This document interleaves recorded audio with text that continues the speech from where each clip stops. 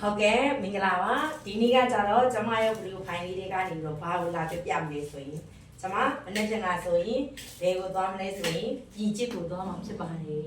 ဟုတ်ကဲ့အခုဆိုရင်အထုတ်ဒီအမိုးတွေပြင်ဆင်ပြီးပါပြီဘာလို့သွားမှာလဲဆိုတော့ကျမကကြတော့ရိုဘီမောစီဝါရေးကိုဝင်ရောက်လေးလာလက်တွေလောက်ကင်နေစီဝါရေးသမားတယောက်ဖြစ်ပါတယ်ရှင်အရင်လုံးကကြတော့ကျမလည်းသူများရဲ့ဒီစာလက်ကစားအလုံးနဲ့အတူတူစီဝါရေးကိုရီခလန်ကိုလေးလာလက်တွေလောက်ကင်ခဲ့ပါတယ်အခုဆိုရင်ကျမကိုယ်တိုင်လည်းသူများရဲ့ဒီစာလက်ကစားအလုပ်ကိုလုံးဝမလုပ်တော့ဘူးဒါမနေ့ကဆိုရင်ကျမကနေပြီးတော့ကြတော့လာအိုနယ်ဆက်ပြည်ချစ်ဘက်ကိုတော့မှာဖြစ်ပါတယ်လာအိုနယ်ဆက်မှာရှိနေတဲ့မိတ်ဆွေတငယ်ချင်းရှေးမြန်မာတွေရှိတယ်ဆိုရင်ကျမကိုအမြဲတမ်းဆက်သွယ်လာ